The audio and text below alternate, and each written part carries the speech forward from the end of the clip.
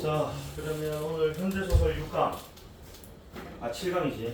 7강하고 주제통합, 독서 주제통합 6강 이렇게 수업하겠습니다. 일단 우리 그 7강 183페이지 4번 문제 한번 먼저 보면서 정리 좀 할게. 일단 여기 있는 요 황홀한 실종이라는 요 작품은 2019 학년 3월 모의고사 한번 출제된 적이 있어요. 교육청 모의고사. 평가원에 나온 적은 없고요. 다만 작가는 좀 중요한 작가입니다. 그래서 우리 이청준 작가님 여러분 아마 병신과 머저리 그 내지는 또 줄, 뭐 이런 작품들 대표적으로 잘 알고 계실 건데 작가만 놓고 보면 평가원에 3번 이상 출제된 작가입니다. 그래서 이청준 작가 하면 일단 기본적으로 여러분 요걸 좀 기억하시면 좋을 것 같아요. 일단 인간의 어떤 이 내면에 대해서 좀 이제 많이 다뤘다. 그래서 우리 약간 병신과 머저리 같은 경우는 실존적인 어떤 이야기고, 그다음에 줄 같은 작품들이 이렇게 장인 정신 같은 그치? 그다음 여기 있는 이 황홀한 실종이라는 요 작품. 여러분 내가 그 주중에 무슨 작품 하는지 알려준 이유는 먼저 읽어오라는 의미거든. 읽어온 친구 아시겠지만은 이 주인공 윤일섭이라는 인물의 내면에 쇠창살 즉 안과 밖을 나누는 경계가 있어요. 이 경계에 대한 어떤 강박증 또는 집착 이런 것 때문에 자신의 사고가 약간 전도된 그런 모습을 보여준다 이겁니다. 맞니? 그러니까 그런 어떤 심리 속에서 현대인들이 뭘 느낀다고? 불안함을 느낀다는 거야. 경계 안으로 가고 싶은데 경계 안으로 가지를 못해요. 아니 그러는 과정 속에서 자꾸 해서 불안하고, 그렇지? 불안정적이고 위태롭고, 이런 어떤 심리 속에 또 자아의식이 그렇지? 분열되고 그렇죠? 도착증, 전도 현상이 나타나는 그런 어떤 현대인들의 내면을 보여준다는 거죠. 내면 의식을 좀 이제 잘 보여주는 작가다라고 생각하시면 좋겠고, 4번 문제 보기 한번 볼게. 183페이지. 황홀한 실종이라는 작품에서 윤일섭이라는 주인공입니다. 쇠창살 세모 한 쳐주시고 별표입니다. 그래서 내가 이거 지금 읽기 전에 잠깐 먼저 설명 좀 드릴게요. 쇠창살이라는 게 있어, 그치? 그래서 빈자리 안 되죠? 살짝 그러지?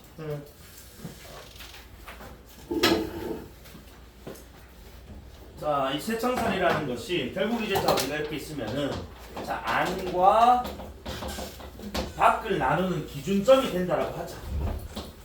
그러면 이 지금 이 보기 4번에 따르면 쇠창살은 선택받은 자들의 공간인 안쪽과 그로부터 그 쇠창살로부터 쫓겨나 떠돌아야 하는 이들 즉 어디 공간은 바로 쇠창살 밖을 얘기하는 거겠지. 그치? 이 쇠창살을 기준으로 안은 지금 어떤 삶이야? 그러니까 선택받은 자들의 삶으로서 안정적이고 안전한 삶이라면, 오른쪽에 우리 밖으로 이제 상징되는 이 공간에 있는 사람들은 쫓겨나고 떠돌아다니는 사람들의 삶이라고 되어 있단 말이야. 그렇기 때문에 기본적으로 불안정하고 즉 불안하고 위태롭고, 그렇지? 당연히 선택받지 못했으니까 방황하고 정적이 떠돌아다니는 그런 이미지로 그려질 수밖에 없다는 거지. 그럼 이런 어떤 이 쇠창살을 기준으로 당연히 사람들은 어디를 추구하겠어? 안의 삶을 추구하지 않겠니? 그러니까 이런 과정에서 결국 이제 뭐가지? 의식하는 도착, 즉 도착이라는 잘못된 또 기막힌 이런 뜻이거든요. 그런 증상이 일어난다는 겁니다. 어쨌든 쇠창살이 바로 이런 안과 밖을 뭐하는 둘로 나누는 일종의 분계선을 의미한다.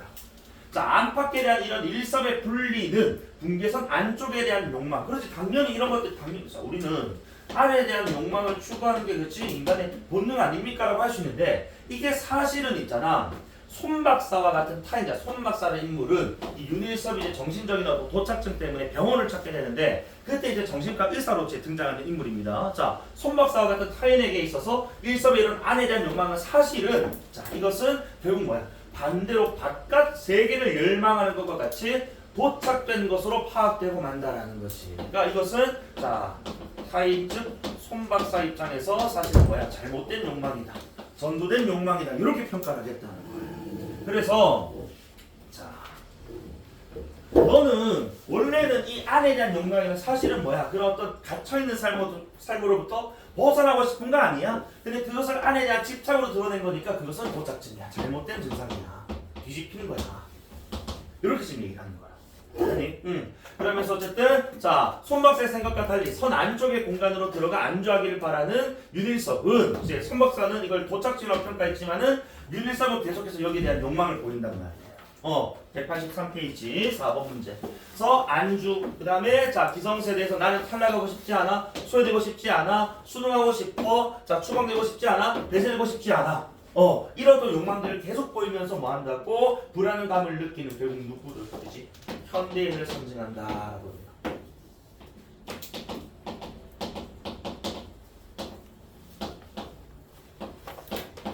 어쨌든 간에 현대인들이 그치 자신의 어떤 지위에 대한 그죠 어떤 이제 상태, 계급 뭐 이런 것들에 대한 불안감을 느끼면서 산단 말이야. 내가 더 올라가지 못하면 결국 뭐 한다고 쫓겨날 수밖에 없다는 거야. 왜냐면 사회는 우리가 좀 극단적으로 얘기하면은 피라미드예요. 모두가 사장, 모두가 CEO가 될 수는 없어요. 안 그래? 그럼 결국 이제 이렇게 올라가는 순간 내가 더 이상 뭐 올라가지 못하게 되면 그치 내가 이 세 번째 칸에 못 들어가게 되면 결국 뭐 하게 되는 거라고? 배제되는 거라고, 탈락되는 거라고, 이 세계에서 소외되는 거라고. 그러니까 이것에 대한 강박증이 심해지다 보니까 이런 어떤 욕망으로 이제 드러나고, 그리고 이런 욕망들은 타인에게 있어서 타인이 봤을 때는 뭔가 잘못된 어떤 욕망으로서 표출되고 있는, 그치? 그렇게 보이는 어떤 병적 증상, 정신적 증상으로 드러나고 있다는 거예요. 그래서 이 작품은 사실 혼자서 읽고 공부하기 사실 쉽지가 않은 작품이에요. 되게 좀 이제 어려운 작품이었는데, 자, 그 다음에 또 내가 그 서술상 특징으로 한 가지 설명 좀 드리면은, 자, 이 작품 지금 중략을 기준으로 두 장면이 나오는데, 그 중략 이전 장면은 일단 우리 손 박사와 이 주인공 일섭의 대화 장면으로 이제 전개가 됩니다. 그러다가 중략 이후 장면은 이제 자 일반 서술 위주의 자 진술이 나오는데, 이때 그 서술은 자, 이 작품이 전체적으로는 전지적 서술자 시점이지만 그 얘기는 이제 뭐 우리 평가원 지원 분석할 때나 또는 저기 뭐 할 때더라 내가 갑자기 기억이 안 나네. 무슨 작품 할 때 내가 얘기했던 건 사수였나? 어쨌든 자, 요 작품들 설명할 때 이때 그 특정 인물의 시선에서 또는 시점에서 그렇지? 관점에서 서술되는 작품들이 있다라고 얘기했어. 그때 그런 작품들 저희가 자 제한적 전지적 서술자 시점을 취하고 그 인물을 특정 인물에 초점하자라고 얘기한다 했거든. 이때 이 중략 이후 장면에서는 바로 주인공 일섭의 시선, 일섭의 관점에서 자, 그러니까 점차 사실은 이제 이 손 박사라는 그치 이 정신 의학과 박사와의 어떤 상담 속에서 계속 뭔가 좀 이제 좀 안정을 찾아가는 모습 보이는데, 어떤 이야기가 나오게 되냐면은 자, 손 박사가 그래 쇠창살이라는 현실에서는 없는 거야, 네 마음속에만 있는 거였다고. 그러니까 그게 있는지 없는지만 확인해봐. 그래서 동물원 가라고 추천해 줍니다. 동물원. 근데 동물원에 가면 자 승준아 동물들 어디 갇혀 있어? 우리 쇠창살에 갇혀 있어요. 분명히 손 박사가 현실에서 쇠창살이 없다고 했거든. 내 마음속에 환영으로만 존재하는 거라고 했는데 여기 대해서 이제 뭐 하게 되는 거야? 갑자기 또 이제 미쳐 날뛰기 시작하죠. 분명히 없다고 나를 자꾸 타이르고 가스라이팅 했었는데 실제 쇠창살이 있단 말이지. 거기서 이제 뭐 하는 거야? 도착증이 더욱 심해져. 그러면서 손 박사에 대한 이 분노라든지 그치? 또 이제 불신 뭐 이런 것들 막 드러나면서 결국에는 이 쇠창살이 현실에도 존재한다는 걸 인식을 하고 일섭이 다시 이제 도착 증상이 또는 이제 쇠창살에 집착하는 장면으로 되돌아가는 그래서 다시 현재의 어떤 불안한 내면이 그치 반복되는 이런 얘기를 좀 보여줍니다. 그래서 이 작품 전체적으로 이런 구조로 구성으로 이루어져 있다고 보시면 될 것 같아요. 그리고 이청준 작가 다시 한 번 더 내면 의식을 잘 다루는 작가이기 때문에 또 이청준의 또 눈길이라는 이런 작품도 있죠, 그죠? 그래서 뭐 부모 제 자식 간의 뭐 이야기이긴 한데 자 뭐 보시면 될 것 같고, 일단 우리는 그러면은 179페이지의 본문 한번 읽어보도록 합시다. 자 사실 뭐 내가 뭐 문학은 문제를 좀 안 풀어주지만 여러분들이 딱 문제를 딱 먼저 딱 봤을 때. 지금 기억부터 자 미음까지 나오는 인덱스 5개짜리 문제는 실시간으로 풀겠다라는 전략, 그치? 그 다음에 A라고 긴 기호화되어 있는 2번 문제 같은 경우는 이제 바로 풀겠다 나오자마자, 그치? 그 이상 읽을 이유가 없거든. 말하기 방식 묻는 문제니까, 맞지? 그래서 전략을 세워가면서 풀어주셔야 문학에서 시간 많이 세이브가 됩니다. 물론 이번 5모가 문학이 그렇게 어렵진 않았어요. 그렇지만 이제 다가오는 6모는 5모보다는 좀 이제 난이도가 있지 않겠습니까? 아무래도 그래서 이런 부분들 생각을 좀 해주시면서 읽어주시면 좋겠고, 자 그러면은 앞부분 줄거리부터 한번 가볼게. 자 은행원인 일섭은 자 승진 탈락, 업무상 과실 등으로 인해 남부를 곤욕을 치른다라고 되어 있어. 어쨌든 자 은행원 우리 일섭. 그러니까 지금 이런 것들 전부 다 뭐라고 승진, 탈락, 업무상 과실들 이런 것들이 지금 이제 안에 대한 욕망을 더욱더 강하게 불러일으키는 그런 상황들이 되는 거야. 그러니까 내가 자꾸 올라가야 되는데 못 올라가니까 그렇지. 안으로 가고 싶으면 못 가니까 자 남부를 권력을 치르면서 주변 사람들을 고의적으로 괴롭히는 장난, 거짓말 등을 쉽게 멈출 수 없는 기이한 병증. 요걸 좀 이따 뒤에서 우리 이제 본문에 나올 건데 이걸 이제 우리가 뭐라고 되어있더라? 갑자기 기억이 안 나. 6글자였는데 그치? 가학성 유의요.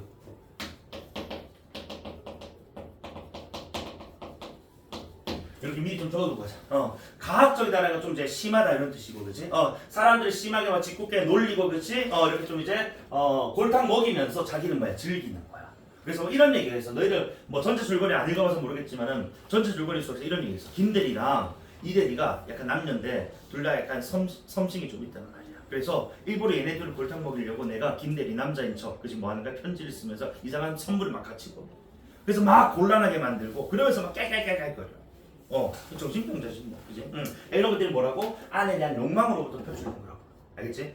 자, 이런 것들이 이제 도착증으로 드러난 겁니다. 알겠니? 자, 어쨌든 이런 병증을 앓게 되고, 근데 여기도 중요해. 자, 이를 치료하기 위해 정신과 의사인 손 박사에게 가는데, 이를 치료하기 위해라는 말, 요게 중요하다.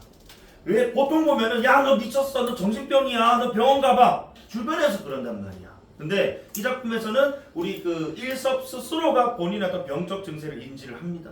그래서 본인 스스로 병원을 찾아가요. 그래서 이거 좀 독특합니다, 그렇지? 자, 스스로 병원을 찾아가.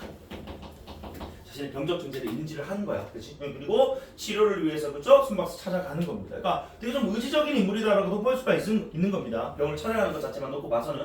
자, 그래서 손박사에게 상담을 받게 되고, 손박사는 그 일섭의 욕망이 안으로 들어가 안 주고 싶은 것이 사실은 아니라는 거야. 네가 사실은 안에 대한 욕망을 표출하는 것처럼 보이지만 사실 그거는 잘못된 도착증이야. 라고, 그치? 자, 사실은 밖으로 나가고 싶은, 즉 결국 네가 이런 현대사회 어떤 틀 속에 갇혀있는, 그치? 이런 상황에서 더 안으로 들어가고 싶어하는 것은 사실 바깥으로 가고 싶은 욕망에 대한, 그치? 잘못된, 도착된 어떤 현상으로서, 그치? 더 집착하게 되는 것이고 더 갈망하게 되는 거야 라는 어떤 전문가적인 어떤 진단을 내리게 된다는 거야. 그래서 어쨌든 실패의 기억으로 인해 자신의 욕망을 정직하게 시인하지 않은 채 안으로 들어가고 싶어 한다고 손 박사는 뭐 한 거야? 이렇게 진단을 내린 겁니다.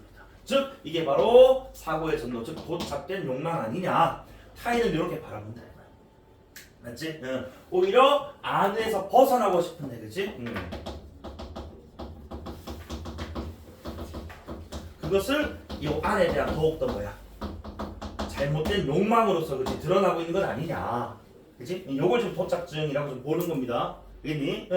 자, 그래서 어쨌든 이렇게 좀 진단을 했고, 자, 그랬더니 이제 우리 윤일섭 이런 얘기. 그러니까, 자, 아까 내가 중략 전 장면은 때 둘의 대화 장면 위주로 제 진술이 일어나고 있습니다. 그러면 저는 이제 어떻게 해야 됩니까? 정말로 저게 그런 도착 현상이 일어나고 있는 게 사실이라면, 전 그럼 이제 어디서부터 어떻게 해서 그런 장애, 그런 병을 해소시킬 수 있습니까? 라고, 그치? 자, 도착 현상이 정말이라면 그걸 어떻게 해소시킬 수 있냐? 나 해소시키고 싶다라는 건 아니겠어? 맞지? 그러니까 어떻게 보면 이제 이런 병 치료에 대해서, 그치? 좀 의지적인 자세를 보이고 있다라고 볼 수 있는 겁니다. 이해되니? 자, 그러면서 이런 또 얘기를 해. 자, 이야기가 그점이라고 보면 일섭은 이제 그 제풀의 질문을 멈출 수가 없어졌다. 그리고 손 박사는 언제나 그러는 일섭을 환영했다. 왜? 그래, 환자가 본인 스스로 병을 치료하고자 하는 마음이 있으니까 의사 입장에서는 것이 환영하는 거죠. 그러면서 자, 그랬더니 이제 우리 손 박사가 이런 얘기. 그래야 유형의 질문 가운데 해답이 들어가 있지 않습니까? 라고. 그 해답이 들어가 있다. 그게 무슨 말이냐? 바깥으로 나가고 싶은 그 유형의 참 욕망. 자, 참 욕망 요거. 결국에는 이제 이게 참 욕망이고, 그 거짓 욕망은 뭐라는 거야? 안에, 그지? 안주하고 싶다라는 요게 거짓 욕망 아니냐. 그지? 즉, 참 욕망을 유형 스스로 정직하게 시인. 그지? 자, 그래서 요 시인을 할 수 있도록 되어야죠. 그렇게 되기 위해서는 아마도 윤형의 마음 가운데 깊이 자리 잡고 있는 그 불편스러운 쇠창살의 세모, 이게 쇠창살이 실제로 존재하는 것이 아니고 어디에 자리 잡고 있는 거라고? 우리 일섭의 내면에 자리 잡고 있는 거야. 네 마음속에 안과 밖을 구분짓는 것이 그 쇠창살, 요것부터 제거하면은 즉 뭐가 없어지는 거야? 안과 밖의 경계 구분이 없어지게 되잖아. 그지? 그러면은 안에 대한 욕망, 잘못된 도착증이 사라지게 되는 거야. 이렇게 지금 진단을 내리는 겁니다. 이해돼? 그러니까 네 스스로 이렇게 도착 현상이라고 생각하고 있기 때문에 해답은 단 하나다. 뭐다? 그래. 네 마음속에 있는 쇠창살을 제거해라. 제거해야 된다까지.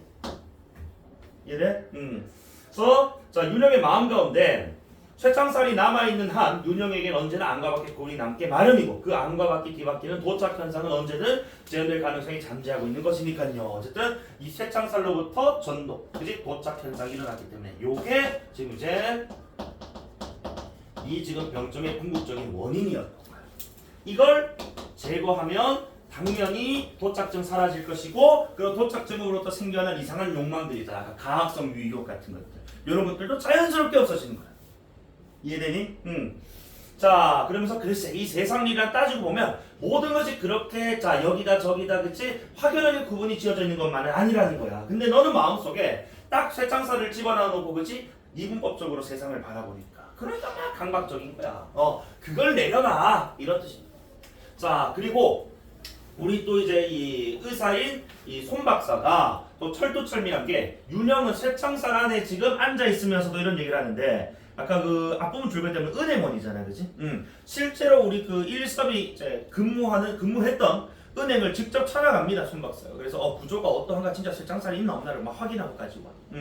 자 어쨌든간에 자 쇠창살 안에 앉아 있으면서도 어쨌든 사실은 그 바깥 사람들의 한 부분으로 그 속에 섞여 살고 있었던 셈이며 그와 반대로 윤영이 지금 바깥 사람들과 사이에 자 이 몸을 섞어 지내고 있다 하더라도 마음은 오히려 이 쇠창살 안에 갇혀 지내고 있었던 경우를 볼 수 있지 않느냐. 그러니까 오히려 지금 뭐가 네가 실제 현실을 살면서도 자꾸 마음속에 그치 쇠창살을 놓고 사니까 거기에 지금 뭐야 구속되고 그치 종속되어서 그렇게 지금 마음적인 어떤 병적인 증상이 일어난 것이다 라고 보는 것이죠. 그러니까 사실 뭐 정신과 의사들이 하는 말이 항상 마음을 비워라 생각을 뭐 좀 덜 해라 뭐 이런 얘기 하는 것처럼 그치 얘기하는. 자 어쨌든 세상에 지금 윤영한테서처럼 그렇게 분명한 부분을 지어 말할 수 없는 경우가 많다는 거야. 이분법적으로 설명할 수 있는 경우가 많다는 겁니다. 근데 너는 이분법적으로 너무 엄미해, 너무 구속적. 그리고 윤영이 지금 서 있는 곳 그곳이 창살이 아니거나 바깥이거나 윤영은 항상 어쨌든 사람들과 함께 있는 것이요. 윤영의 그 자유와도 또한 함께 있는 것이다. 그러니까 안과 바깥에 뭐야? 구분은 무의미하다 이 세상을 살아가는 데 있어서. 이런 얘기하고 싶은 거죠 지금 손 박사는. 아니 그러면서 자 안과 밖을 그토록 분명히 갈라놓고 있는 것은 다만 다시 한 번 더 마음속에 있는 내면 속에 있는 쇠창살밖에 없다고. 현실은 그렇다는 거야. 맞지? 그래서 현실에서는 쇠창살이라는 것이 지금 없다 이런 얘기 하는 겁니다.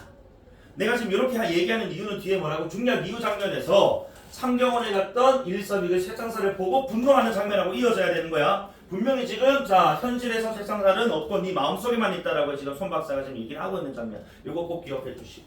자 그리고 이제 자 A라고 되어 있어. 그럼 어쨌든 요 A는 읽고 바로 뭐 해야 된다? 문제 풀러 가야 됩니다. 자 어쨌든 간에 하지만 제 마음속에 숨어있다는 그 쇠창살이라는 것은 사실 우리 주변의 현실로서도 존재하고 있지 않느냐라는 거지. 그러니까 일단은 자 우리 그 일섭이 마음속에도 쇠창살 분명히 있지만은 분명히 나는 이 현실에도 존재한다라고 믿는다 라는 지금 이야기를 한단 말이야. 자 그래서 그 예로서 그치 그 사례로서 학교의 문 그 다음에 은행의 창구 요 두 가지를 지금 예로 들었단 말이야. 사례 그치 현실의 사례로 요 두 가지 드는데 학교의 문이 왜 갑자기 나왔냐면 요거는 여러분 그 생략된 부분에 나오는데 우리 그 일섭이 대학 생활을 할 때 시위대에 가담을 해. 시위대.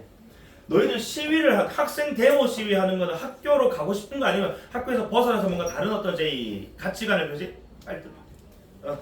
요 빈자리 옆에 좀 비켜주라. 사람 좀 많이 들어오네. 12시 30분 사람 좀 많네 그죠? 옆에 좀 하고.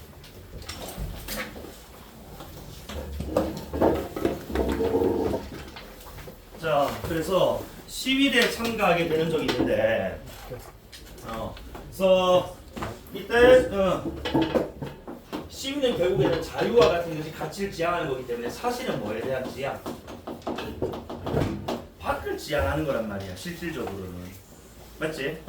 자, 그래놓고는 자기는 지금 뭐야? 저는 학교의 문을 지금 사례로 들면서 안을 욕망한다. 뭐 이런 얘기를 좀 한다는 거지. 이것 자체가 지금 뭐야? 도착된 거예요. 본인이 실제로 했던 행위에, 그치? 그 의미하고 지금 예로 들고 있는 지금 상황하고 안 맞다는 거예요.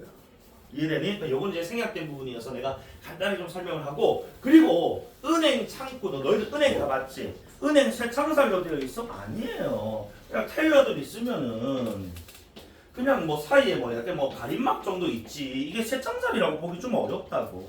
맞아? 그러니까 이 쇠창살이라고 여기는 건 결국에 전부 다 뭐라고? 그래서 이런 지금 예를 든 것에 대해서 지금 봐봐.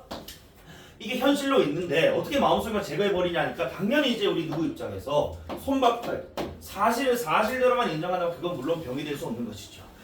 윤영은 그 사실을 너무 뭐한다고? 과장되게 얘기한다라는 거야. 사실 학교의 문이나 은행 창구 같은 것들은 그렇지 쇠창살로 되어 있지 않아요. 맞아? 그냥 뭐 바리케이트 막는 도구고 그지 또는 가려지는 거지 뭐 이런 개념일 뿐인 것이 이걸 실제로 쇠창살로 보기 좀 어렵지 않느냐. 그래서 너무 과장해서 받아들이고 있다. 너무 그런 것들이 그치 지금 뭐하고 있다. 안과 밖을 나누는 그 공간적 그치 어제 이 의미에 대해서 너무 집착하고 그죠 얽매여 있다. 자 그랬더니 내가 뭘 사실을 과장하고 있습니까? 라고 자 반문을 하니까 언제 기회가 있으면 다시 가봐도 좋겠지만 지금 여기서라도 그 윤영의 은행 한번 생각해 보세요. 그 은행이라는 게 사실 아까 내가 얘기했던 것처럼 투명한 어떤 이제 가림막 정도만 있을 뿐인 거지 쇠창살이 없단 말이야 사실 현실에서는.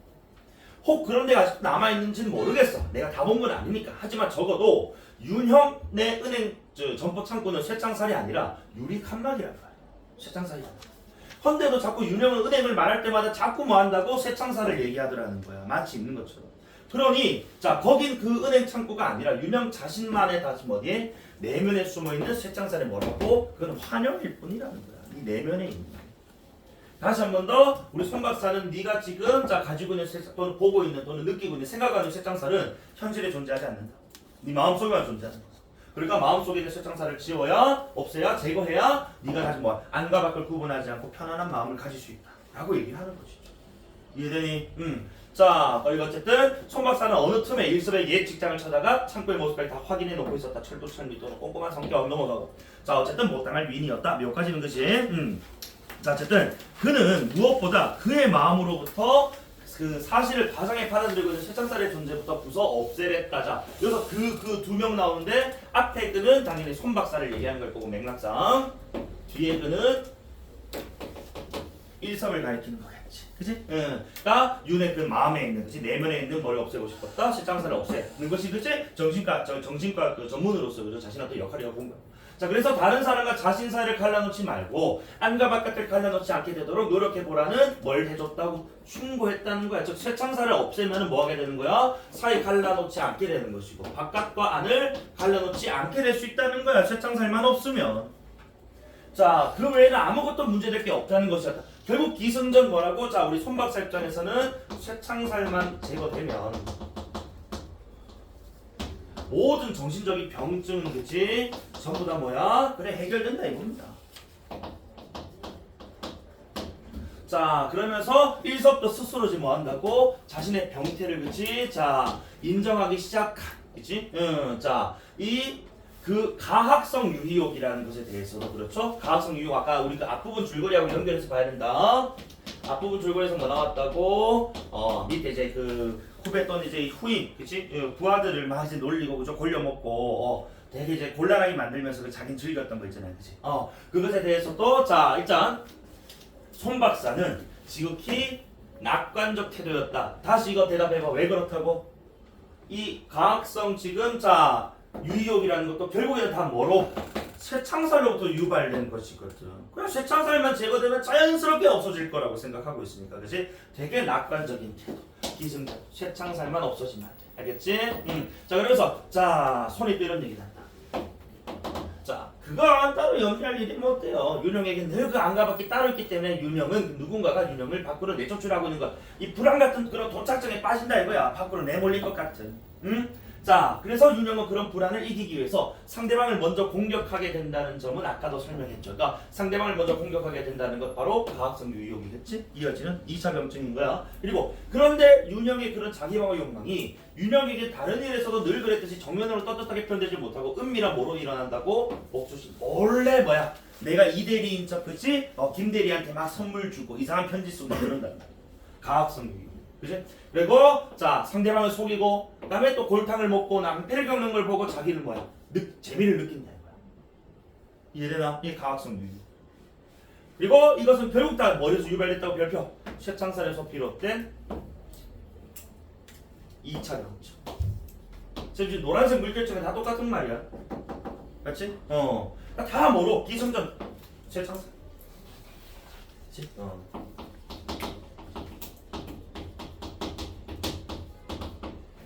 가학성 유유. 아니 비행력. 이해되나? 그러니까 쇠창살만 없으면 된다. 그러니까 다시 윤영의 노력과 그 마음속에 쇠창살이나 안팎의 도착증이 제거되고 나면 쇠창살 없어지고 도착증 없어지면 그런 외형적 증상 밑줄 같은 말 또 뭐야? 2차 병증. 그치? 자연스럽게 사라진다 이겁니다. 이거 되게 아까 여기서 뭐라고 했어? 낙관적인 태도. 저절로 없어진다. 이해되니? 응. 자 그러면서 밑에 1서문자서 사실 시간이 지나다 보니까 자 이제 시일이 지났어. 자, 시간 경과죠. 그 실제로 말 그대로 진짜 손 박사 말대로 세상에는 뭐가 없는 것 같아. 쇠창살이 없는 것 같아. 그리고 내 마음속에만 그치 있는 것 같아. 그래서 실제로 그 증명되어 가는 거지. 손 박사였던 그 진단이겠지. 들어맞구나. 자 그러면서 1서문 손 박사 충고대로 자기 마음속의 쇠창살을 뽑아내는데 그런대로 정직한 또 노력을 기울였다 이겁니다. 왜냐면 그게 그 진단이겠지. 점차 이게 사실화 되어 가고 있으니까. 점차 믿는 거야. 그저 의존하게 되는 거죠. 의지하게 되는 거지. 그 박사에게. 자 그리고 이번에는 손 박사의 충고가 아니라 또 그 스스로의 노력으로 또 이제 안과 밖의 경계선 즉 뭐야 쇠창살을 뽑아내는. 그러니까 어쨌든 자 충고대로도 지우려고 노력했고 스스로의 노력으로도 그치 이렇게 쇠창살을 지워내려는 그치 모습에 우리 그 일섭의 모습은 점차 병증이 호전되어가는 듯한 모습이란 말이야. 자, 근데 다시 말씀드리겠지만, 자, 이런 어떤 이제 상황에서 우리 이제 창경원이라는 이제 공간 나올 건 아직 안 나와. 내가 미리 얘기를 좀 살짝 할게. 이곳이 동물원이라고. 점차 이제 현실에서 현실은 쇠창살 없어. 내 마음의 쇠창살만 지우면 돼. 그러니까 마음이 편해지고 안과 밖을 구분 안 해주니까 도착증이 사라지고 2차 병증도 점차 뭐야? 좀 이따 뒤에 나오겠지만은 막 지루해지고 재미가 없어지는 거야. 그래서 이런 거 안 하게 된단 말이야. 점차 호전되는 와중에 다시 그 병증이 그치 되살아나 그 재발하는 그 계기가 있단 바로 창경원에서의 그치 경험입니다. 여러분 읽어오셨겠지만은 창경원은 다시 한번 동물원 쇠창살로 오지 동물이 가둬져 있단 말이에요. 그거 보는 순간 저 돌팔이 의사가 나를 속였어. 저 돌팔이 의사가 자기만 쇠창살 안쪽의 삶을 살기 위해서 안으로 가려는 나를 막는 거야 하면서 막 분노를 적개심을 막 드러내는 장면이에요. 그러니까 이 장면이 되게 중요한 장면이거든. 그 장면으로 가기 위한 지금 이제 빌드업들입니다. 알겠지? 봐라. 그래서 어쨌든 손 박사의 장담대로 쇠창살의 그림자가 마음속에 자취를 감춰가는 거지, 그렇지? 점차 사라지고 있는 거야. 자, 그의 유의욕 역시 뭐 한다고? 2차 병증도 점점 증세가 완화되고 있는 거야. 만약 쇠창살이 사라져 가니까 2차 병증도 없어진다고 손 박사 말대로. 자, 그래서 전날처럼 불안한 생각도 좀 덜하고 누군가가 뭐 사람 걸려주는 따위 장난, 그지 아까 우리 가학성 유효 그런 것들에는 흥미, 쾌감 느낄 수가 없대. 재미가 없어 이제. 자, 그러자 어느 날, 그래서 시간 경과. 그래서 손 박사 마침내 그를 이제 집으로 돌아가는 거지. 이제 더 이상 내가 이렇게 깊게 관여할 건 없습니다. 이제 한 일주일에 한두 번 정도 와가지고 나 보면 됩니다. 자, 하고 1사분 임원 때처럼 별군 소리 없이 그날로 병원을 곧 나왔어. 그리고 손 박사 당번대로 며칠씩에 이제 한 번씩 병원을 찾아가서 그를 만나고 했다. 자, 그런데 그게 문제였다. 자, 퇴원 후에 몇 번째던가 병원으로 그 손 박사를 찾아가 만난 날이었어. 자, 손 박사는 그날 일서를 보자 이제 모든 게 잘 되어가고 있다. 이 말인 즉슨 이제 자기의 어떤 진단대로 그렇지 마음속에 쇠창살이 없어지니까 그렇지 않느냐 봐라. 너 마음 편하잖아. 인법적으로 안 나누니까 그렇지. 되게 이제 뭐 한다고 도착증도 사라지고 2차 병증도 사라지고 그렇지 않느냐라는 거지. 자신의 어떤 이제 진단에 대한 확신을 보여주면서 자 못하면 자 집으로 돌아가는 길에 뭐하라고 이게 문제라고. 창경원 밑에 네모 쳐져 있을까 이미 창경원. 자 창경원 동물원입니다. 동물원. 이곳에 가보라는 뭐 해준다고 이야기를 해버렸다. 왜 하필 이런 이야기를 했느냐? 이걸 뭐 하고 싶었다고? 자 밑에 보면은 자 손 박사로서 그쯤에서 아마 일섭의 치료 효과를 한 번 더 확인해 보고 싶었던 모양. 왜? 실제로 쇠창살이 없다고 얘기는 했는데 창경원 가면 실제 쇠창살이 있거든. 그러니까 실제 쇠창살을 보고도 도착증이 그지 생겨나지 않을까 또는 생겨날까 이런 것들을 확인하고 싶었던 거야. 근데 이미 여기서 자 창경원으로 가라고 지금 이렇게 권유를 한 목적 자체는 이제 그 기저에 깔려 있는 생각 자체는 뭐 할 것이라고 도착증이 완전히 이제 뭐야 사라졌을 거라는 이제 확신이 있었던 거야. 자신의 예상과는 다르게 도착증이 되살아날 걸 전혀 몰랐다는 거죠. 그지? 어쨌든 도착증이 없어졌을 거라는 거지. 자 어쨌든 그 의도가 어떤 것이었든 일섭으로서 어쨌든 꽤 고마운 점. 왜? 그래 그 박사 말대로 지금 내 병증은 되게 완화되어 가고 있으니까 호전되어 가고 있으니까 되게 고마운 말이다. 그리고 오랜만에 바람이라도 좀 쐴 겸 창경은 간다 이거야. 그런데 거기서 자 별표 쳐야 된다. 자 비로소 손 박사의 음흉한 음모 그리고 손 박사의 교묘한 음모에 감격스럽게 속아온 자신을 다시 발견했다. 결국 다시 뭐야? 쇠창살이라는 것의 존재를 재인식하게 되고 말았다는 겁니다. 마음속에 지웠던 것이 자 이 쇠창살이 실제 내 눈앞에 있으니까 다시 마음속에 뭐 하는 거야? 쇠창살의 스멀스멀 다시 생겨버린 거야. 이해돼? 그리고 이 중략 나오는데 이 중략 부분의 줄거리가 어떤 얘기냐면은 일단 원숭이를 먼저 봐요. 원숭이. 침팬지가 원숭이가 막 나오는데 너도 원숭이 정도면 사실 뭐 만만하니까 원숭이 보고 막 바나나 던져주고 사과 던져주고 막 끼끼끼끼 거리잖아. 원숭이도 막 끼끼끼끼 까먹는단 말이야. 근데 여기서 그냥 단순하게 그 동물들을 관람하는 게 아니고 뭐를 느낀다고? 동물들이 특히 원숭이가 끼끼끼끼 거리는 게 끼끼끼끼 거리는 게 자기를 뭐 하는 것처럼 조롱하고 조소하는 것처럼. 왜? 원숭이 입장에서 봐봐. 자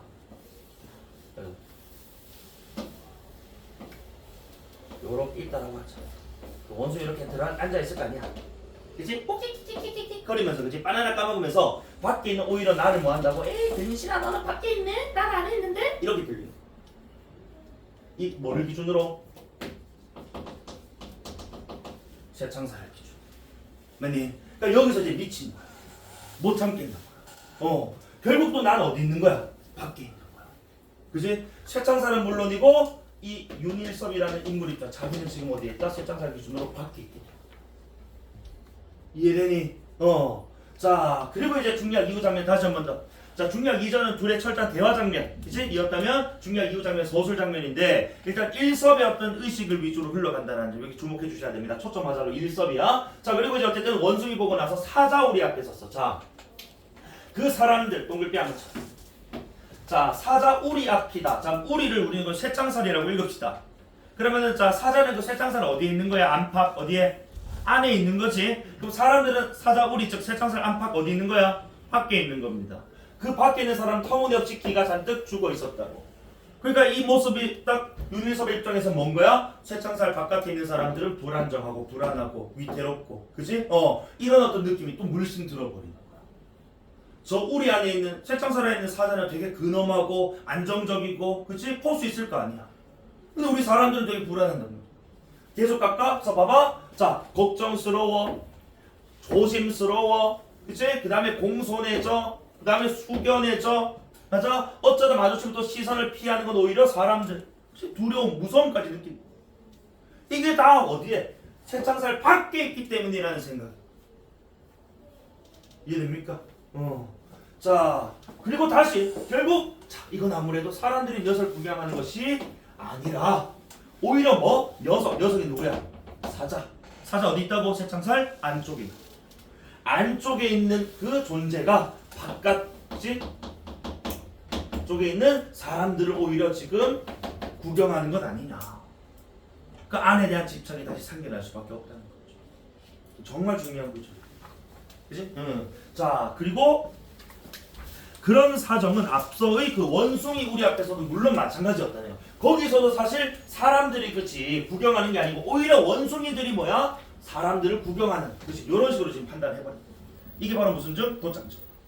알겠니? 그래서 구경하고 있는 쪽은 사람이 아니고 저 바깥 사람이 아니고 오히려 침팬지 원숭이 쪽 어디? 안쪽에 있는 그치? 그 존재가 바깥쪽을 이렇게 보면서 그죠? 약간 무시하고 조롱하고 비웃는 듯한 느낌. 그래서 원숭이들 제멋대로 막 짓궂은 장난치거나 그저 사람들을 골려내고 있다는 거야.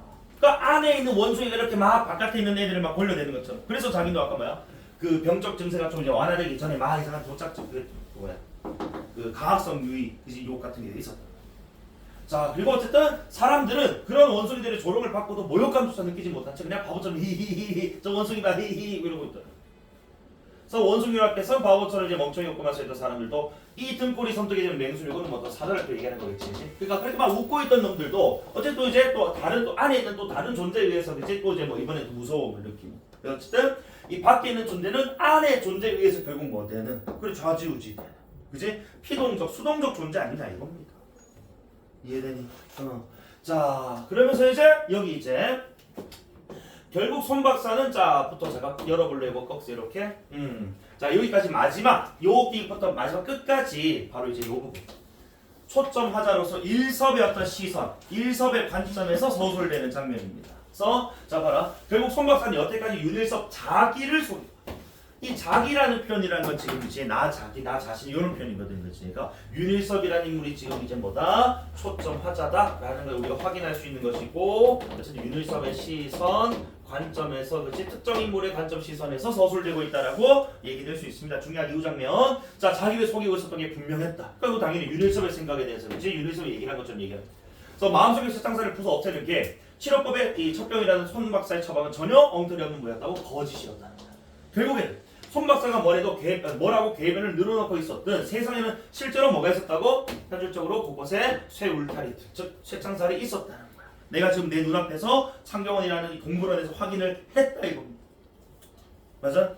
그러니까 여기서 이제 분노를 하는 거야. 그리고 그것은 물론 쇠 울타리 안에 그 쾌적한 공간을 자 쾌적한 혼자 독차지하고 또 즐기는, 그치? 자, 영리한. 그러니까 지금 이 쇠 울타리 아니라는 공간에 대한 아주 뭐야? 긍정적 인식을 보인다 이거예요. 분명히 자기는 바깥쪽에 이제 위치하고, 그치? 안과 밖에 구분이 없다고 그렇게 말을 해줬는데도 세창사를 보는 순간 다시 뭐야? 이 이분법적 구분이, 그치? 또 이제 이 경계가 되살아나 버린 거야. 그리고 그 안쪽에 대한 또 뭐야? 도착 증상으로, 그치? 그것을 욕망하는, 긍정하는, 쾌적, 즐긴다 이런 식으로. 자, 그리고 영리한. 그래서 선택받은 자들, 선택받은 자, 선택받지 못한 자. 그래서 선택받은 자들은 그 안을 또 안전이라고 표현하고, 그렇지? 보호 속에서 그냥 구경이나 하면서 살아가고 있고. 근데 선택받지 못한 자, 바깥에 있는 사람들은 그렇지 뭐 한다고 모욕적인 눈길을 받고 있고, 방황 계속하고 이렇게 느끼는 거야. 이해되니? 자, 그래서 그것은 참으로 윤일섭으로서 커다란 각성이 때 말하는 각성이라는 것은 결국엔 뭐야? 그래, 쇠창살을 다시 한 번 더 말씀드릴게요. 재인식하게 되는 계기야.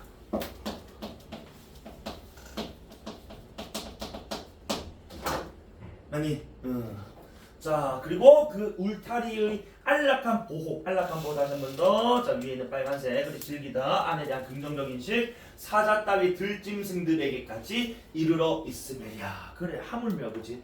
우리 안에 있는 쇠창 살아있는 들짐승들조차도 그 안에서 그죠? 안락함을 느끼고, 그지? 보호받고, 안전하게, 안정적으로 그치? 살아가고 있다.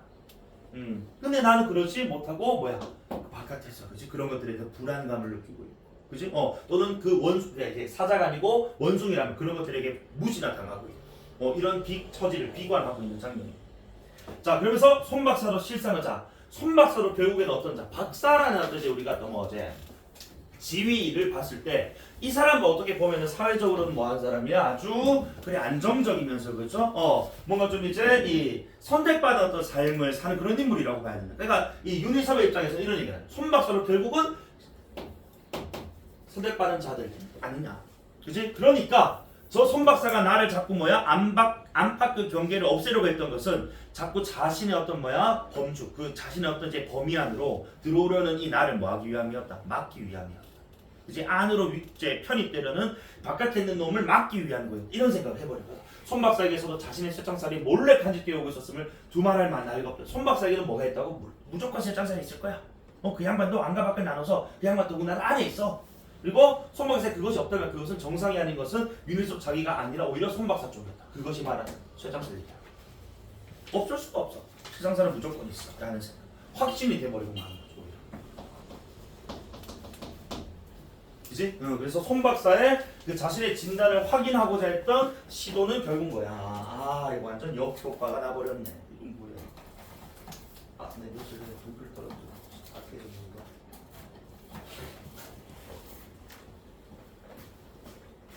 자, 그러면서 봐. 손 박사는 이를테면 자신의 쇠창살을 교묘하게 숨기면서 윤일섭 그에게만 그것을 부술하고, 그치? 그래서 말한 그것은 쇠창살, 그치? 부술하고 깨어낸 셈이었다는 거야. 안으로 못 들어오겠다.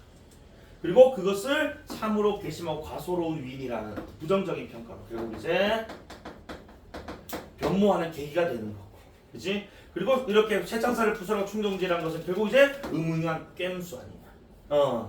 그리고 내가 그 우리 넘어 짐승에 대한 그의 그 정당한 분노를 아직도 제 마음속에 쇠창살을 부수지 못한 병태의 하나로 단정하려 드는 거지. 그러니까 이 우리 안에 짐승에 대한 그 여기서 그는 윤일섭을 얘기하는 거겠지, 그지? 이 그의 정당한 분노를 내 분노를 병적인 증상으로 치부하는 것은 그 결국 이제 뭐란 거라고? 손 박사의 지금 뭐야? 음흉스러운 깸수, 그치? 또는 무서운 배신이라. 결국 사람과 축생, 축생 지금 이제 가둬기로는 이제 짐승들, 동물원 짐승들 얘기하는 거겠지. 그 위신을 바꿔놓으려는 손 박사의 무서운 배신. 자, 녀석을 결단 내놓고 말겠다는 일섭의 단호한 결의는 손 박사가 대수롭게 말해버린 그 가학성 유혹 같은 것일 수는 도저히 없었다. 그러니까 결단 내놓고 말겠다라는 즉 뭐야 안에 대한 욕구, 욕망, 그치? 그것을 뒤집어내겠다는 도착증, 그치? 결국 그 가학성 유혹 같은 2차 병증으로 얘기할 수 없는 것이 내가 가진 욕망이었다라는 거야. 이해되나? 여기까지 꺽쇠 달아주시면은 바로 요 일섭의 입장에서 그치? 결국 분노하고 불신하게 되면서 결국 쇠창살이라는 것은 무조건 있어. 그리고 그것으로부터 그저 나를 뭐하기 위함이다. 나를 떼어놓기 위함이고, 그치? 그 경계 안쪽에 있던 손 박사가 내가 그 안으로 못 들어가게 또 뭐야 막는 수단이었다. 이렇게 지금 생각해보고 분노와 불신. 이해됩니까? 자, 문제는 여러분들이 푸시면 됩니다. 자, 읽으면서 풀 문제 있었고요. 그치? 그 다음에 자. 이따가 끊고 와서 풀 문제 있었고, 그리고 남은 뭐 4번 문제 같은 경우는 사실 논리로 풀리거든. 내가 4번 문제만 한번 설명해 줄까?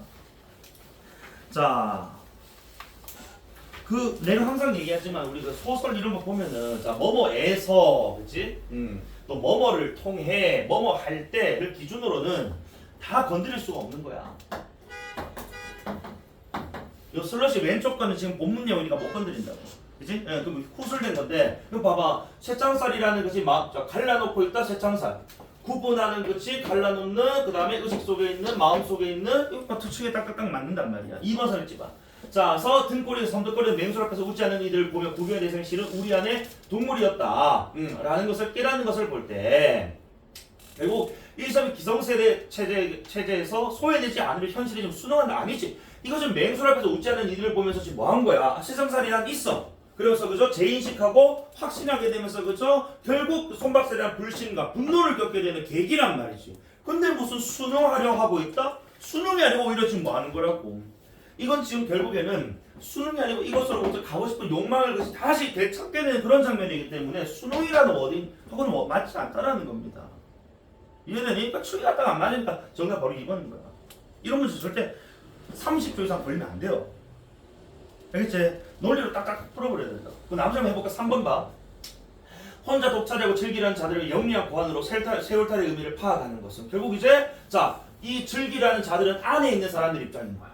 그 반대로 얘기하면 바깥으로 쫓겨나는 사람에게는 그것은 결국 뭐야? 세월탈이로부터 뭐야? 배제된 거거든. 울타리 바깥으로 쫓겨나는 거고. 배제라는 어디 맞잖아.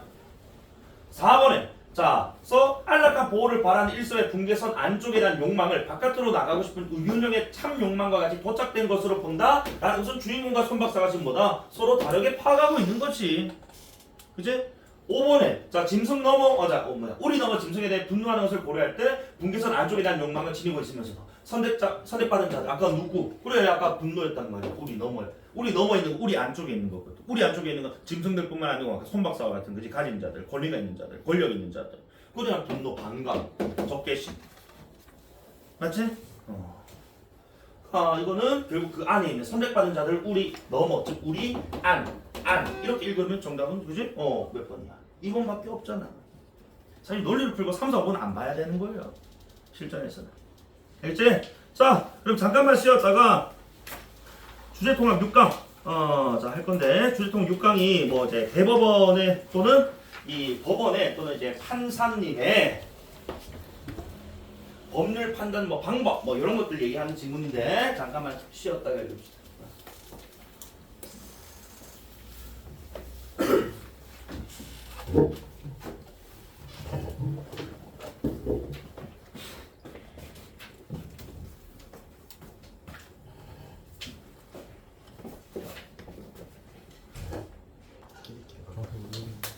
자, 그러면은 주제통합 6강 244페이지입니다.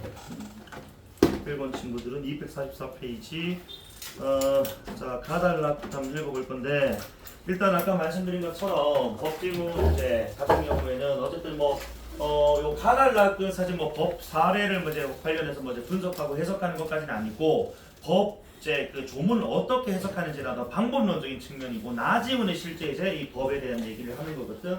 자, 어쨌든 간에 자 1문단 한번 가볼게. 법, 윤리 등의 규범은 사회 구성원들에게 행위의 지침이 된다. 그리고 그중 법, 윤리 중에서 법 규범 등은 다른 규범들과는 다르게 법관이 재판을 할 때 보니까 옳소 또한이야, 그지? 판단의 근거가 된다. 공통점, 차이점이 있다면 공통점은 행위 지침이 된다. 차이점이 있다면 법 같은 경우에는 판단의 근거, 즉 판결의 근거가 된다 이겁니다. 자, 그래서 법 규범 중 가장 중요한 것은 국가기관이 법조문의 형식으로 제정하는 바로 실정법이라고 부르는 것인데, 법 조문이니까 실제로 법전에 실려있는 것이 문장 형태의 법을 얘기하는 거예요. 알겠지? 자, 실정법인데 실제로 정한 법 이런 뜻이기도 해. 자, 그 예로서 국회가 제정하는 법률을 들 수 있습니다. 국회의원들이 그치? 입법하고, 그죠? 그래서 법관이 재판을 할 때 실정법을 근거로 판단하려면 바로 이 법조문, 즉 실정법으로 그치? 제정된 이 법조문의 의미를 알아내는 법 해석을 해야 한다는 거. 해야 한다니까 마땅히 해야 한는 당위성, 필연성입니다. 그죠? 자, 근데 법조문에 사용된 단어들 중에는 해석을 거치지 않아도 곧바로 그 의미를 파악할 수 있는 것들, 예를 들어서 무단투기하면 3개월 징역이다 이런 식이지 바로 딱 나오는 경우가 있는데, 3개월 또 1,000만 이렇게 나와서 그러면 상관이 없어. 근데 문제는 뭐냐면은, 예를 들어 가지고 타인의 어떤 재산, 재물을 손괴한 경우에 1,000만 원 이하의 벌금형을 구형한다. 1,000만 원 이하라는 말은 1,000만 원이 아니고 1,000만 원 밑에 있는 금액들도 다 가능하다라는 거. 그러면 이제 법관 입장에서 이 조문을 통해서 이거는 1,000만 원 다 때려야 돼. 일단 1,000만 원 다 때리면 좀 그렇고 한 10만 원만 때리면 되겠어. 이렇게 판단해야 될 건 아니냐. 그때 필요한 게 바로 법 해석이다. 이해되니? 자, 그래서 실정법에 포함된 단어 문장들 중에서는 해석을 거쳐야만 의미를 파악할 수 있는 것이 있기 때문에 이건 법 해석을 해야 되는 그 이유라고 봐야 되겠죠. 그치? 그러니까 문단을 읽고 문장들을 우리가 읽을 때는 당연히 왜 이 문장이 나왔고 왜 이런 어떤 해야 한다라는 주장을 하는지 필자가 그러니까 특히나 이런 이 사회적인 또는 논증적인 글들은 주장과 이유가 나올 수밖에 없잖아. 근거 같은 것들, 이런 것들 호응해가면서 읽어주면 좋을 것 같아요. 자, 어쨌든간에 윤리 규범은 빼버리고 법만 얘기하자. 자, 그래서 법은 일단 행위 지침이 돼. 이건 익스큐즈고, 중요한 건 바로 법원의 이 판결에 근거가 된다. 판단 근거. 그치? 왜냐면은, 실정법이라는 것은,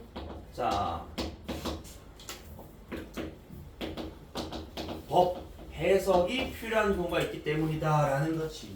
그치? 그래서 법 해석이, 바로 그냥 직관적으로 되는 경우가 있다면, 해석이 안 되는 경우가 있기 때문에, 판결의 근거로서 법을 활용하려면은 법 해석을 잘 해야 된다. 이겁니다. 이해되니? 자, 그래서 이 문단. 그런데 법 해석을 어떻게 하는데? 난 어떻게를 띄우고 시작했다고, 이 문단.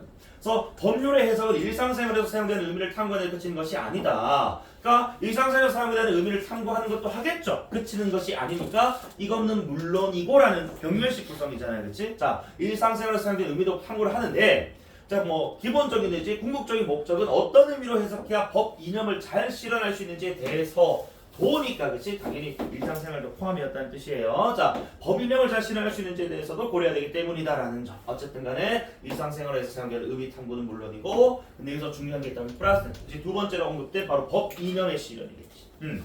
자, 그래서 법 이념으로는 크게 네 가지가 있대요. 정의, 법적 안정성, 한목적성. 한목적성이라는 요 단어는 사실 우리가 인문지문, 철학지문에서 많이 나오는데 목적에 부합하는 성질 이런 뜻입니다. 그다음에 구체적 타당성 등 이렇게 네 가지가 있는데, 이들 중 정의나 한목적성을 좀 스킵하고 크게 두 가지를 지금 이제 고려를 한단 말이야. 법적 안정성이라는 친구하고 구체적 타당성. 자, 요 두 놈이 지금 이제 좀 충돌한데, 왜냐? 자, 이들 중 어떤 법적 안정성을 실현하려면, 하려면 조건이야. 자, 동일 법조문 이꼴 당사자나 사안을 달리하는 여러 재판에서 동일 의미로 해석이 돼야 된다. 만약에 법조문 A라는 법조문이 있으면은 이것이 지금 어디에서도 어떠한 사건 재판에서도 똑같은 A의 의미로 해석돼야 된다는 거야. 그러니까 A에서 1,000만 원 이하의 1,000만 원 이하의 벌금에 처한다면은 다른 재판에서도 모든 재판에서도 1,000만 원 이하의 징역에 처한다라는 해석으로서 의미가 있어야 된다는 거야. 자, 그런데 이렇게 해석을 해버리면 구체적 타당성 이념과 저촉 대수자. 자, 구체적 타당성이라는 건 뭐냐? 이게 좀 구체적 타당성을 좀 안 알려줘서 좀 문제가 된 것 같은데 맥락상 우리가 또는 단어의 의미를 우리가 통해서 유출을 좀 한번 해보면은 구체적 타당성에 나타나면 요렇게 개별 사안. 왜냐면 잘 봐. 내가 왜 개별이라는 말을 썼는지 너희들 한번 잘 생각해봐. 논리적으로. 하음아 앞에 지금 법적 안정성이 뭐라는 워딩을 썼어? 동일이라는 워딩을 썼어. 모든 상황에 똑같이 적용하겠다는 거 아니야? 그치? 그럼 이건 무슨 쌤이 늘 좋아하는 단어냐? 이게 전칭이에요. 맞아? 법적 안정성은 전칭적 표현이라고. 그럼 당연히 하지만 나오고 뒤에 그치? 구체적 타당성과 저촉 부딪힌다라는 말은 뭐겠어? 구체적 타당성 말 그대로 무슨 칭? 특징이어야지. 그치? 특징이라는 건 결국 어떤 뜻이겠어? 개별 사안에 대해서 그치? 모두 똑같이 적용하는 게 뭐야? 안 될 수도 있다라는 겁니다. 이해되니? 그렇기 때문에 나는 이 구체적 타당성에 대한 지금 뭐가 안 나왔지만은 의미가 그렇지 개념뿌리가 안 나왔지만은 전칭적인 표현이 나왔기 때문에 뒤에는 구체적 타당성은 특징적 표현, 즉 개별적인 사안, 그치? 이런 얘기를 하겠거니라는 판단을 할 수 있었어야 된다. 물론 평가원에서는 이렇게는 안 줄 겁니다. 구체적 타당성에 대한 정의도 줄 겁니다.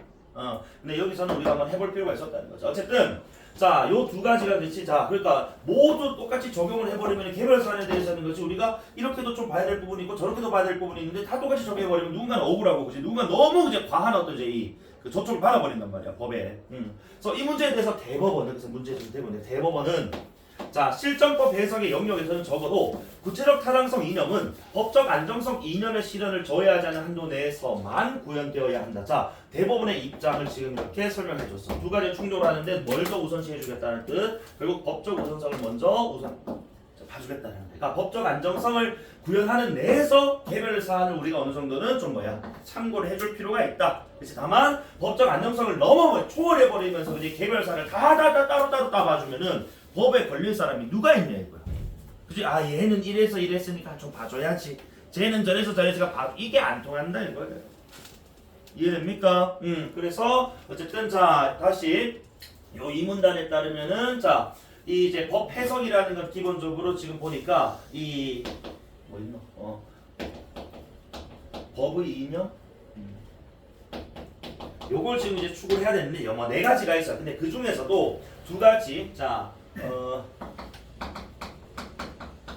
법적 안정성과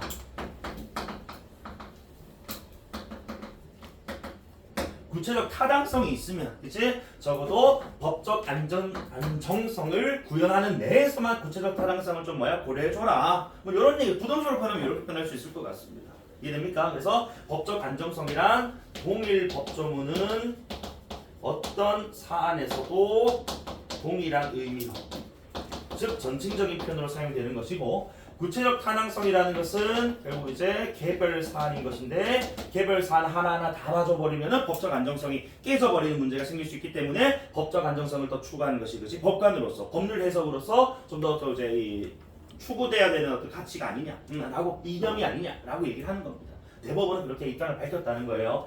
자 어쨌든 3문단 그렇다면 실정법 해석의 그 목표는 뭐냐?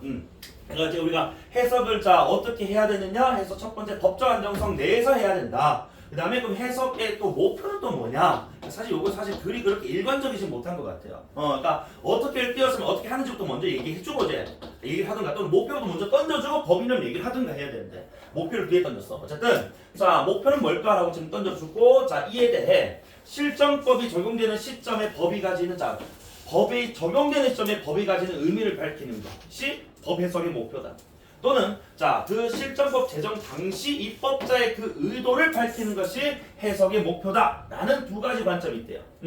자 어쨌든 적용 시점이냐 제정 법을 정할 당시냐. 그래서 입법자는 어쨌든 간에 자 이 실정법을 제정하는 국가기관 법률 입법자는 국회의원 그다음에 대통령령의 입법자는 대통령 뭐 국무총리령은 국무총리겠지 그지? 어쨌든 해석의 목표는 법조문의 의미를 파악하기 위해 활용되는 방법들이 해석 방법과는 달라요. 자 목표와 방법은 다릅니다.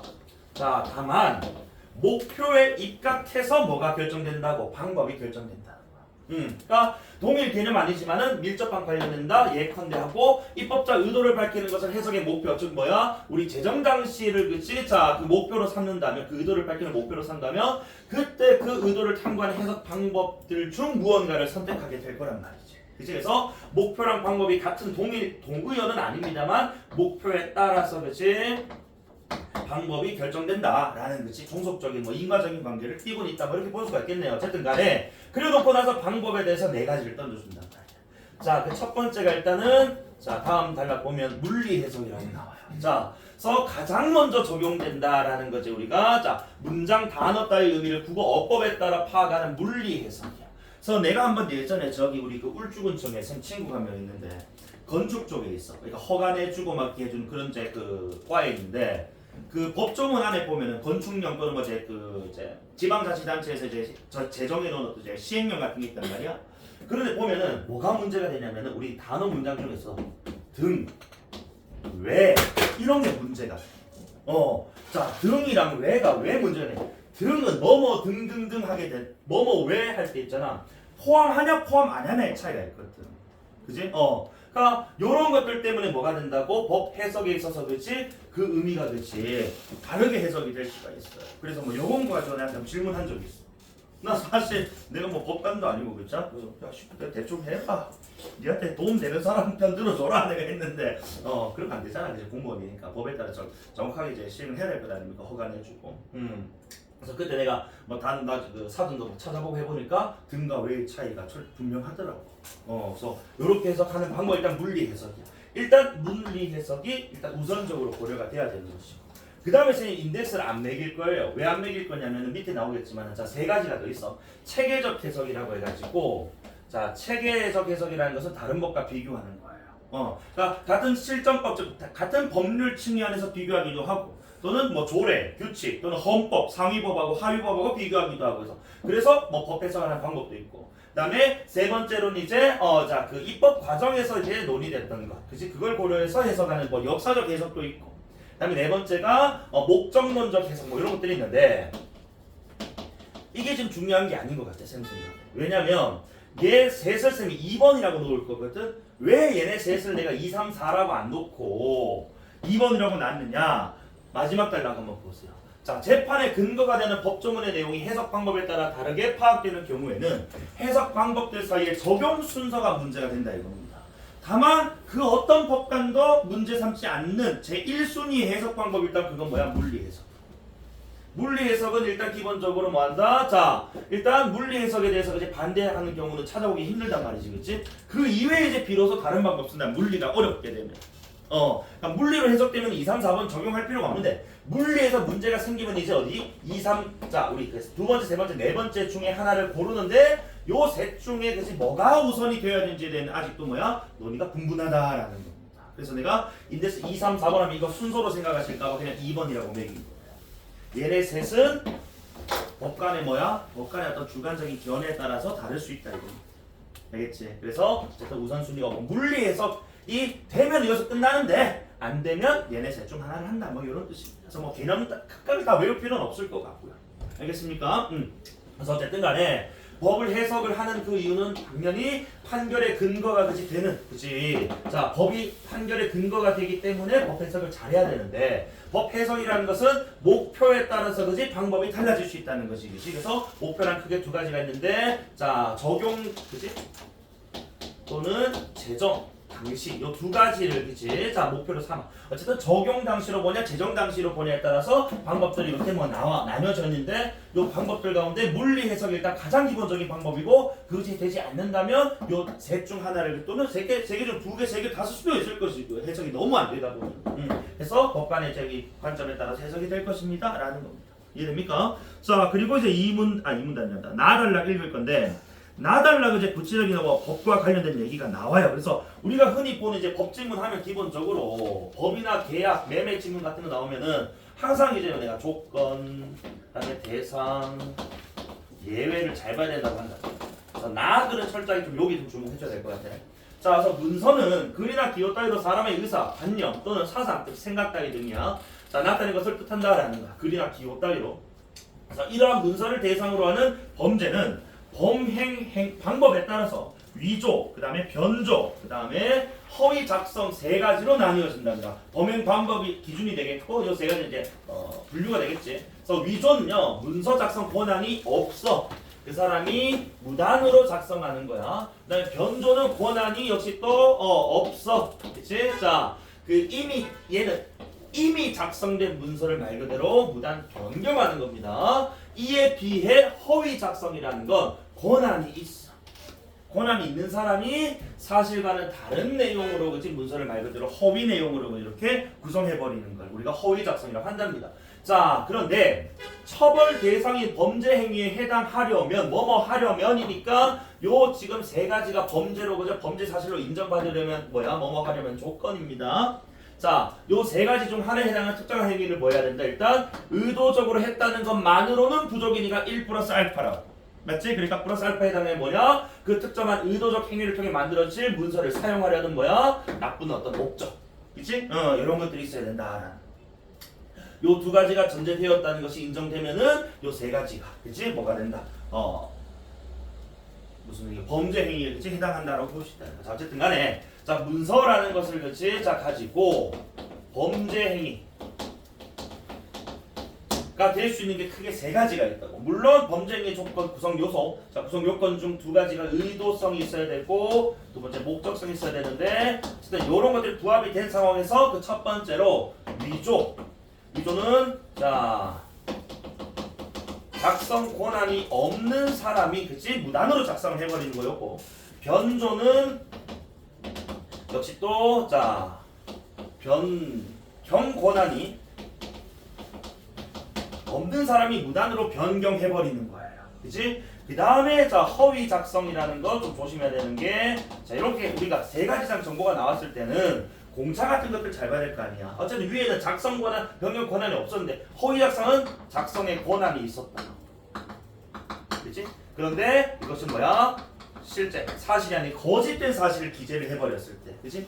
그것이 만약에 또 의도가 있고 목적이 있다 라고 한다면 범죄 행위로 인정을 받는 것입니다. 이해됩니까? 여기까지? 자, 어쨌든 조건, 대상, 예외 이런 것들 잘 봐야 되고 자, 그래서 문서는 그 작성 주체 성질에 따라서 공사문서로 나는데 어쨌든 공문서, 사문서니까 일단 이문법적으로 나눈 거잖아. 그럼 인덱스 딱 다르게 매겨도 된다고. 너희는 귀찮으면 물결 치고 뭐 또는 밑줄 쳐도 되고 또 여기 인덱스가 기형견 되어 있으니까 기형견 이렇게 매겨도 되고 너희들 보기 편하게 가독적으로 그지 가독성이 높게끔 너희들 표시 잘 해두시면 문제 푼데 전혀 이상 없더라고.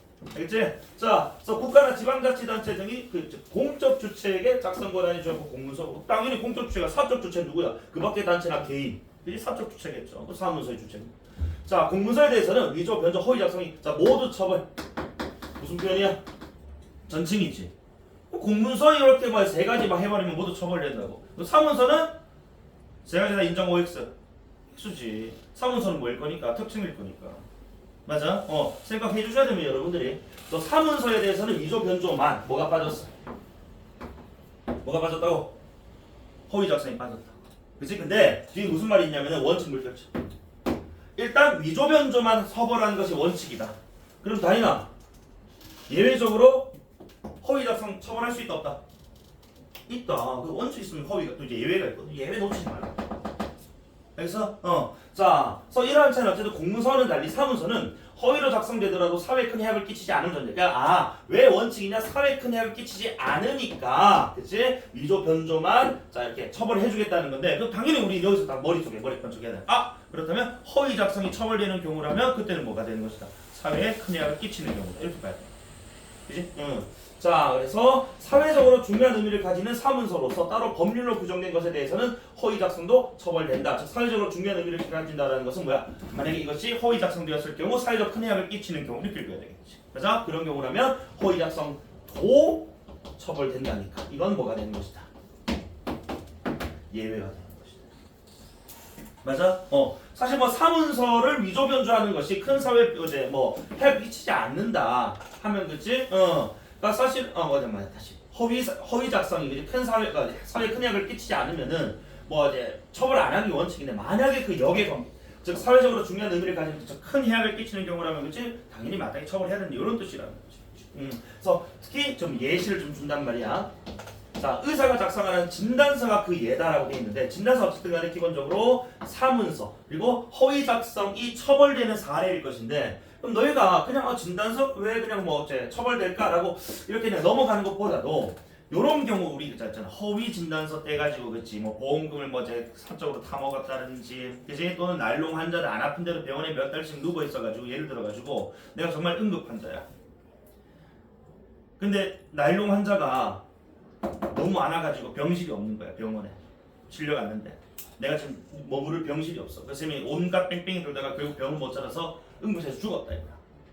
그럼 결국 진단서 내준 그 허위 진단서 내준 거지 병원 그 의사의 진단서로 어쨌든 사회에 큰 해악을 끼친 것 맞잖아. 맞지? 그러니까 이런 식의 경우들도 내가 한번 이제 생각을 해보고 넘어갈 필요도 있다. 자 어쨌든 간에 자 그래서 요 세 가지와 관련해서 그지 공문서와 사문서로 좀 구분을 하고 있는데 자 공문서는 세 가지 모두 그치? 그런데 사무소는 기본적으로 두 가지만 처벌하는 게 원칙인데 그치? 예외적으로 뭐 자 허위 작성도 처벌을 내릴 수 있다라고 내가 이렇게 좀 간단하게 표현할게요. 알겠지? 요것과 관련해서 뭐 하면 이 문단에 돌아가서 그냥 확인하면 되니까 인덱스 매겨놓은 것 따라 이해됩니까?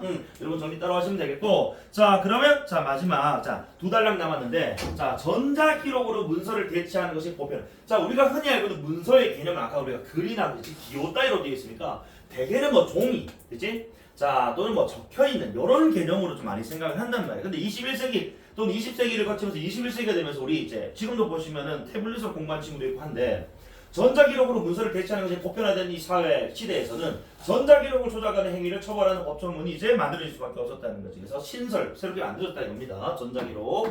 자, 그래서 이 범죄와 형벌을 규정하는 형법의 조문은 다른 실정법에 비해 더 엄격하게 해석돼야 되기 때문에 문서에 전자기록까지 포함된다고 해석할 수는 없기 때문에 자, 요 문장이고 이게 좀 되게 불친절하게 준 것 같은데 아마도 형법을 너희가 안다고 생각하고 설명을 따로 안 해준 것 같아. 근데 혹시나 모를 친구를 위해서 선생님이 설명 좀 해줄게. 우리 형법은 결국 누구와 누구 간의 소송이야? 국가와 개인 간의 소송이에요. 아니, 그래서 국가는 누가 대리합니까? 검사님께서 대신합니다. 그래서 너가 만약에 범죄를 저질렀어. 근데 너가 계속 이 사회에 머물러 있으면 사회에 계속 해를 끼칠 것 같단 말이지. 그러니까 국가적 차원에서 너는 사회에 지금 있으면 안 되겠다. 너는 격리시켜야 되겠다 해서 어디로 갖다 처박아 버려? 깜빵에 감옥에 갖다 쳐넣는 거야. 맞아? 그러면 그 개인의 입장에서는 결국 뭘 침해당하냐면 이거는 조금 뭐 범죄자에게 기본권이 어디 있으면 할 수 있는데 그래도 우리가 인도주의적 차원에서 어쨌든 깜빵에 쳐서 집어넣는 것 자체가 강압적으로 강제적으로 국가가 좀 하는 거야. 기본권을 침해해버리는 거야. 이해되니? 그래서 형법을 다루는 경우라면 뭐 해야 돼? 엄격한 해석이 좀 필요하다 이겁니다. 기본권 침해가 걸려있기 때문에. 알겠지? 그런 얘기예요. 그러니까 그런 상황에 지금 이제 자 만약에 엄격하게 해석해야 되는데 그냥 아까 우리 그 신설 만약에 이전에 그냥 문서를 가지고 근거로 전자기록까지 해석을 해버리면 이건 너무 이제 우리가 물리 해석을 한다 쳐도 너무 포괄적인 해석이 되어버린다. 그러니까 문서로 지금 이제 만들어진 실정법 놔두고 전자기록이라고 따로 이제 우리가 뭐야 단어를 넣어서 물리 해석할 수 있게끔 신설했다 이런 뜻입니다. 왜? 형법이라는 건 되게 엄격한 것이 잣대가 적용돼야 되니까. 알겠지? 깜빡이 쳐다봐 넣는 거 쌤 그냥 갔다 오면 되죠. 너희 그렇게 쉽게 얘기하면 안 된다. 호적에 빨간 줄 끄이고 앞으로 사는데 정말 장애가 애로사항이 많을 거야. 깜빡 갔다 오면. 그러니까 단순 기본권 침해 말고도 그 이후의 사회생활 속에서 또 많은 지금 이제 페널티가 있단 말이야. 그렇기 때문에 이 문서라는 워딩이 있는 기존 제2 실정법은 놔두고 추가로 전자기록이라는 워딩을 넣은 제2 법조문이겠지 실정법이 신설되었다라고 생각해 주시면 좋겠습니다. 아시겠습니까? 자 어쨌든 간에 그래서 전자기록 조작을 처벌하기 위해 신설된 조문에 의하면 전자기록에 대해서는 자 작성 주체를 가리지 않아. 그럼 이 작성 주체를 가리지 않는다는 것은 뭐야? 공적이든 사적이든 간에 즉 위에 있던 아까 공문서의 주체든 사무소의 주체든 그치? 그런 거 안 가리고 위작과 변작이라고 그치? 인정이 되면은 자 처벌 대상이 된다라는 거. 그치? 그래서 주체를 가리지 않는다라는 것은 공사무소를 가리지 않겠다라는 거겠지? 그치? 자 근데 위작과 변작이니까 아까 우리 그 문서를 이제 범죄행위로 봤을 때 위조 변조 허위 작성이라는 세 가지 워딩하고 좀 또 다른 워딩이 또 등장해 버렸다. 그럼 요걸 또 이제 어떻게 또 이제 물리 해석을 할 것이냐, 그치? 요런 해석이 또 이제 중요하겠지. 자, 그래서 밑에 자, 그래서 이 조문에서 사용된 위작의 의미가 무엇인지에 대해서 또 대법원의 입장이 나온 적이 있대요. 자, 다수 의견. 그래서 우리 대법관 13분인가 막 그럴 거예요. 그래서 어쨌든 간에 우리 헌법재판소도 대법원이든 그 이제 대법관, 헌법재판관들이 그치? 자, 그래서 법 해석을 하실 겁니다. 법 해석을 하시고 난 이거 위법이야, 난 적법이야라고 해서 그치? 따진 다음에 판결 내놓거든. 자, 어쨌든 다수 의견은 문서에 관한 이 조문에서 사용되는 위조와 허위 작성을 모두 가리킨다. 그러니까 위작이란 다수 의견, 많은 이제 재판관들은, 헌법 재판관들은 자, 문서에서 다뤘던 위조와 이 허위 작성이 이제 포함되는 개념이다라고 본답니다. 자, 그 이유가 있다면 위작은 일상적으로 사용되는 단어는 아니에요. 그래서 더군다나 형법 전체적인 체계를 고려했을 때 해석을 해야 된다라고 하면서 만약에 위작과 위조를 동의어라고 본다면은 공적 전자 기록에 허위 작성이 처벌되지 않는 문제가 생겨버린다라는 거야. 그러니까 지금 이제 이 위조와 허위 작성을 그치 이렇게 구분을 해서 그치. 자, 위조 이꼴 위작이라고 놔버리면은 허위 작성과 관련된 그치 이 상황이 생겼을 때 처벌을 못 해버리는 지금 상황이 생겨버린다는 거지. 해석을 함에 있어서. 그러니까 우리 대법원에서 먼저 판례를 남겨놓겠다 이거야. 그다음 자, 이에 비해 이제 소수 의견이라고 어쨌든 자 받아들여지진 않았습니다만 어쨌든 자 이런 의견을 내놓으신 대법관들이 있단 말이에요. 자, 이 양반들은 당연히 그치 자 위작과 위조를 뭐라고 동의어라고 그치 자 같은 의미라고 보았다. 자, 그래서 일단 그러면 위작 이꼴 뭐다? 이렇게 갈게. 자, 소수 의견은 허위 작성을 뺀 그치 위조와 위작이 같다 이렇게 보는 입장이거든요. 자, 그래서 그 이유도 있을 거예요. 자, 전자기록 조작 행위를 처벌하는 형법 조문을 신설할 때 국회에서 논의된 내용을 기록한 입법 자료에 의하면 그럼 요건 이제 아마 뭐 역사적인 어떤 이제 해석을 좀 이제 가미를 하신 거겠죠. 그죠? 소수 의견 하신 분들은 자, 사회적으로 중요한 의미를 가지는 사적 전자기록의 이 허위 작성만 처벌 대상으로 파악했음을 확인할 수 있다라는 거예요. 그러니까 아까 위에서 허위 작성을 자 우리 그 다수 의견에서 넣은 이유가 뭐냐면은 공적 전자 기록과 관련해서 처벌을 내려야 되는 거. 그렇기 때문에 허위 작성을 넣어야 돼라고 얘기를 했는데 아니 소수 의견에서는 야 허위 작성이라고 기본적으로 사적 전자 기록에 지금 이제 허위 작성만을 처벌 대상으로 파악을 한 것 같은데 그러니까 허위 작성이면 기본적으로 지금 아까 우리 위에서 진단서 예를 들었었잖아. 맞아? 그래서 이 진단서 같은 것들을 예로 들었을 때 이거는 사적 문서와 관련된 것이기 때문에 이거는 위조랑 같은 층위로 놓기는 좀 어렵지 않니? 라는 근거를 들면서 그죠? 허위 작성을 뺐다 이겁니다. 그래서 어쨌든 각각 이제 다수 의견, 소수 의견 요거 지금 우리가 작년 재작년 수능에서 대법원 그치 또는 헌법재판소 의견할 때 다수 소수 의견 나온 적이 있었잖아. 그치 2년 연속 나왔겠다. 올해 나오기 좀 힘들 것 같은데 어쨌든 다수 의견의 입장이니까 당연히 근거 나와야 돼. 소수 의견의 입장이니까 당연히 뒤에 근거 나와야 된다 이거야. 맞니? 그래서 각각 이렇게 보고 이렇게 생각하고 이렇게 보고 이렇게 생각하고 이런 패턴이 나올 수밖에 없다는 겁니다. 여기 딱 맞춰서 여러분 읽어주셔야 돼요. 이해되지? 자, 그래서 어쨌든 간에 자, 여기서 이제 전자기록이라는 것에 대해서 그치? 자, 신설이 됩니다. 그런데 이 전자기록이 이제 이 법적인 처벌의 대상이 되기 위해서 이제 보니까 자, 변조와 위작, 변작과 위작. 변작에서 뭐 익스큐즈 되는 것 같고 이 위작의 의미를 어떻게 바라보느냐에 따른 그치? 다수와 소수 의견은 좀 구분이 됐다 이겁니다. 그래서 다수 의견에서는 이 위작이라는 것을 위조와 허위 작성 두 가지로 보았다면 소수 의견에서는 그냥 위조다라고 보았다는 거야. 그리고 각각의 그 이유는 자 다수 의견에서 이 허위 작성과 관련해서 공적인 어떤 문서에 그치 허위 작성과 관련해 처벌을 내려야 된다라고 보았기 때문에 다만 자 소수 의견에서 허위 작성을 왜 뺐냐? 그때 허위 작성은 사문서 위조와 관련해서 그치 사문서에 대한 허위 작성에 대해서 처벌을 내리는 것만으로 그 당시 이제 실정법이 자 제정된 것으로 보기 때문에 아마도 그 제정 당시와 역사적인 어떤 해석의 방법을 들어서 아마 이제 이 소수 의견에서는 그렇지 법리적인 어떤 해석을 내놓은 것 같습니다. 이해됩니까? 이렇게 뭐 연결해서 하는 것이지 뭐 사실 뭐 요거 하나하나의 의미를 다 기억할 필요는 없고요. 이해되니? 어쨌든 뭐 여러 의견들이 있었다라고 정리하시면 되겠고 문제는 여러분 풀면 될 것 같습니다. 뭐 1번 문제 당연히 뭐 이제 뭐 공차 이제 뭐 이런 것 때문에 물어보는 정기방식 묻는 문제 나오고 있고 2번 문제는 당연히 가읽고 풀었어야 되겠죠. 그래서 이제 뭐 오늘 뭐 내신식으로 꼼꼼하게 읽어주다 보니까 한 호흡에 다 읽어버렸는데 가읽고 끊고 풀어야 돼. 그래서 실전에서는 그 다음에 기억, 니은, 당연히 이거는 나에 있는 그지 단독 문제니까 공문서 3호서 나오는 부분 읽고 풀면 되겠고 04번 문제 마찬가지 가의 이유로 적절한 것 이유로 적절한 것이니까 이거는 뭐야 그래 추론 문제거든요. 이것도 가나를 읽고 그지 각각 지문에서 그지 필요한 부분이 있다면 바로바로 소구해주면 되겠고 그 다음에 5번 문제도 마찬가지 그래서 자, 이 지금 가나 내가 인문 예술 철학 지문은 보기 필요 없다고 했는데 사회 지문은 보기 읽어야 된다 했어. 왜 사례가 나오니까. 그래서 이 사례가 그지 어떤 사례고 특히나 역시 우리 대법원의 센스에 대해서 얘기를 하잖아.